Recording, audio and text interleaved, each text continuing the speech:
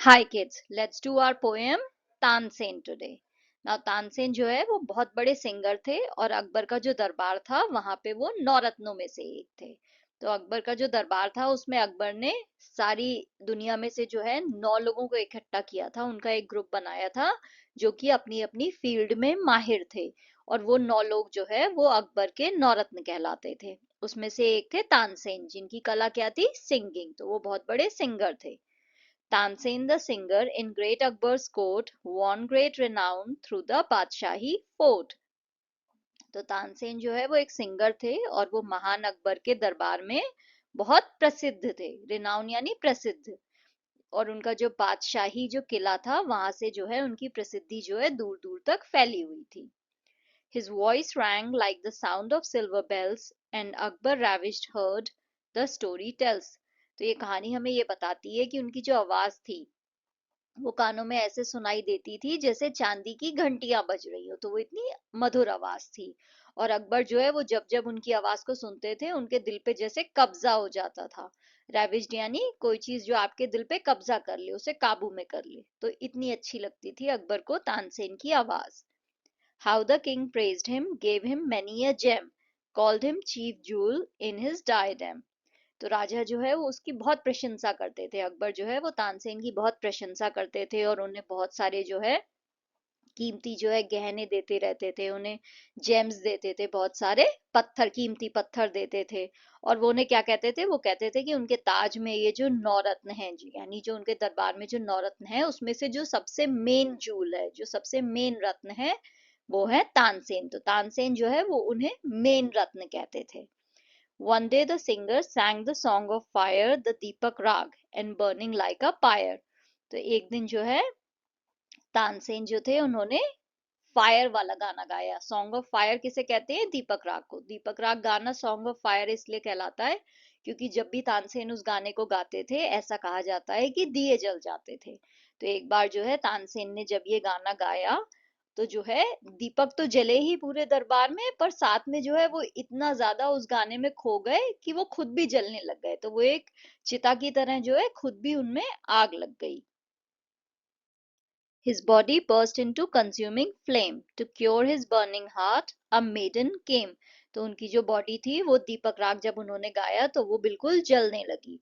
तो ये जो जलन थी, ये जो आग लग गई थी, इसे बुझाने के लिए जो है एक मेडन आई, यानी एक लड़की आई। मेडन यानी ऐसी लड़की जिसकी शादी ना हुई हो, उसे मेडन कहते हैं। And sang Malhar the song of water cold, till health return and comfort as of old. फिर वो जो लड़की थी उसने राग मल्हार गाया, जो कि पानी का गाना कहलाता है। राग मल्हार जो है उससे बारिश हो जाती है ऐसा कहते हैं। तो उस राग को जो है उसने गाया, तो उससे क्या हुआ, उससे सारी आग जो थी वो ठंडी हो गई, सब आग शांत हो गई और तानसेन जो है वो बिल्कुल पहले जैसे हो गए। Mighty thy teacher must be and divine, great Akbar said, magic indeed is thine. तो जब अकबर ने ये सब देखा, ये चमत्कार की जो है उन्होंने दीपक राग गाया और सब आग जल गई, वो खुद भी जलने लग गए, तो उन्होंने कहा कि जब तुम इतना अच्छा गाते हो तानसेन, तो जो तुम्हारे टीचर हैं जिन्होंने तुम्हें सिखाया है गाना, वो कितने अलौकिक होंगे। तो मैं चाहता हूँ कि मैं एक बार जो है उनसे मिल लूं, क्योंकि अगर तुम्हारे अंदर इतना जादू है, तुम्हारे अंदर इतनी शक्ति है, इतना मैजिक है, तो उनके अंदर कितना होगा जिन्होंने तुम्हें सिखाया है। Learned at his feet, then happy Tansen bowed and said, beyond the world's ignoble crowd. तो तानसेन ने उन्हें जवाब में बोला कि हाँ, मैंने ही उनके पैरों में बिल्कुल गिर के जो है उनसे म्यूजिक सीखा है, जो मेरे गुरु हैं। और बिल्कुल जो है फिर तानसेन ने झुक के राजा से कहा कि वो जो है वो इस दुनिया की जो लोग हैं उनके लिए वो गाना नहीं गाते हैं, जो मेरे गुरु हैं। मेरे गुरु जो है वो दुनिया से बिल्कुल अलग हैं, तो जो ये दुनिया का क्राउड है इसे वो नहीं समझते हैं कि इन्हें वो अपना गाना सुना सकते हैं। उनका गाना जो है वो सिर्फ भगवान के लिए है। Scorning its wealth, remote and far away, he dwells within a cave of Himalaya. तो ये जो दुनिया की जो दौलत है, जो संपत्ति है, इससे उन्हें घृणा है। स्कॉर्निंग यानी इससे उन्हें घृणा है, नफरत है। तो इसलिए जो है वो इस दुनिया की इस सब चकाचौंध से दूर जो है वो हिमालय पर्वत पे जो है एक गुफा में रहते हैं। ड्वेल्स यानी रहना, तो वो हिमालय में जो एक गुफा है वहां पे रहते हैं। Could I but see him once, desired the king, sit at his feet a while and listening. तो क्या मैं उन्हें बस एक बार देख सकता हूँ, ऐसा जो है अकबर ने कहा, इच्छा जताई। मैं उनके पैरों में बैठ के बस सुनना चाहता हूँ गाना। Hear his celestial song, I would deny my state and walk in robes of poverty.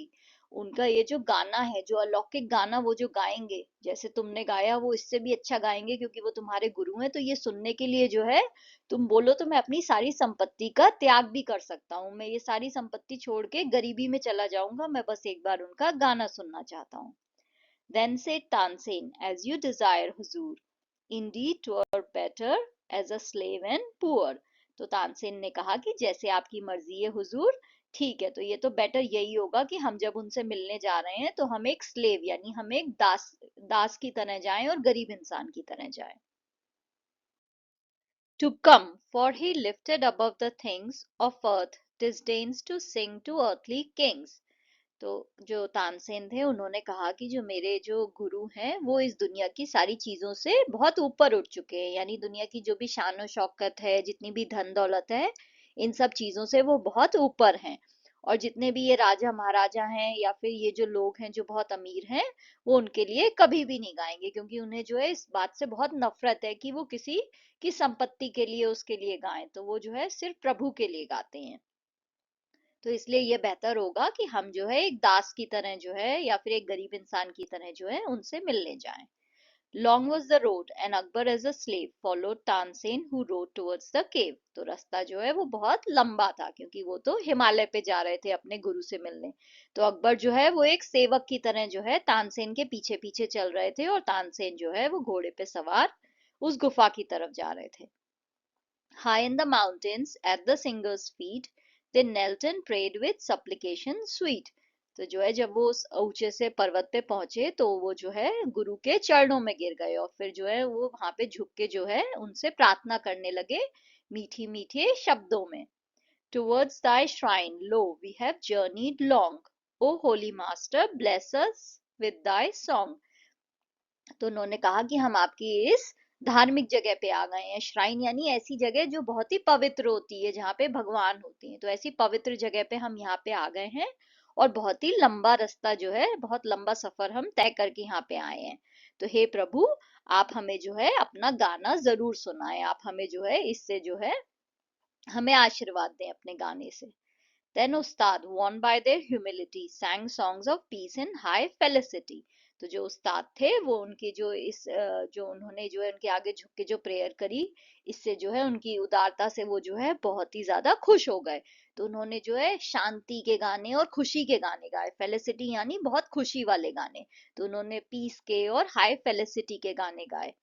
The Malkus Rag all ecstatic rang till birds and beasts enchanted as he sang. तो उन्होंने कौन सा राग गाया? उन्होंने मलकुस राग गाया।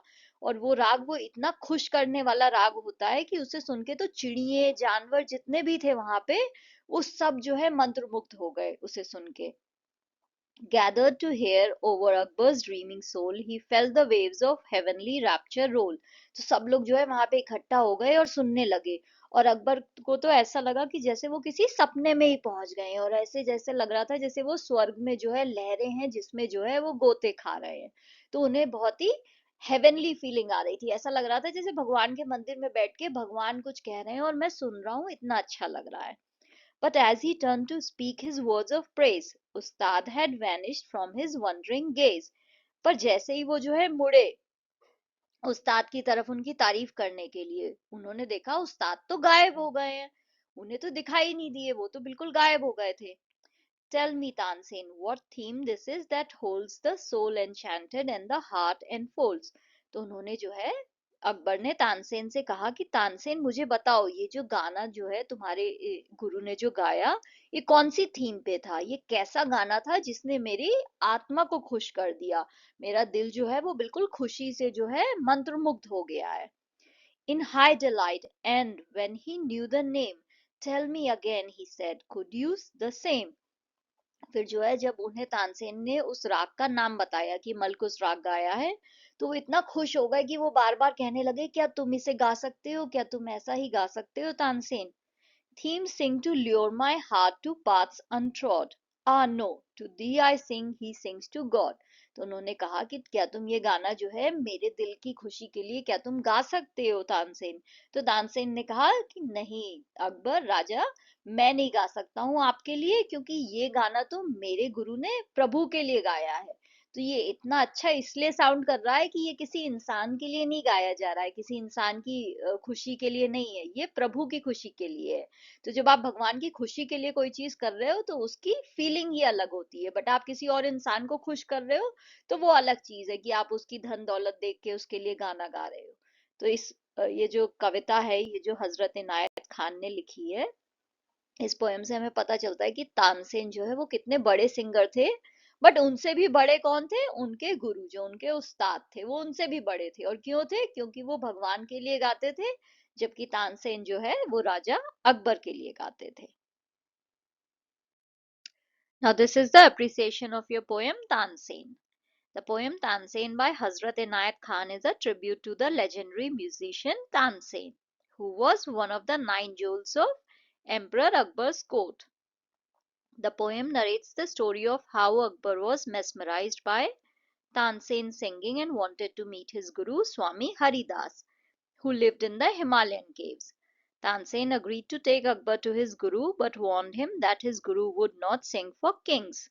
Akbar disguised himself as a beggar and accompanied Tansen to the caves.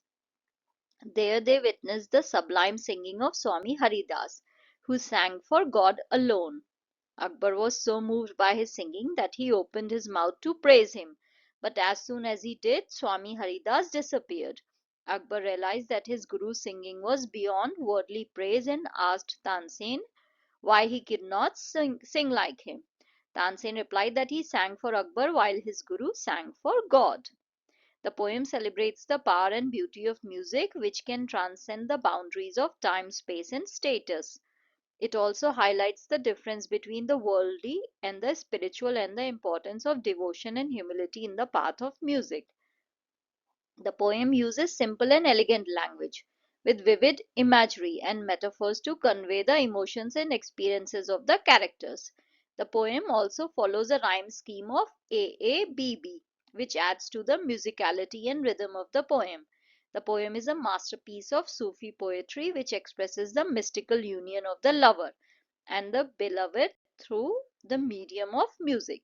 So this poem is written in couplets form. Okay, it's a narrative poem which is written in couplet form, and this is the rhyme scheme of the poem. Thank you for watching. If you liked the video, please like, share and subscribe the channel. Thank you.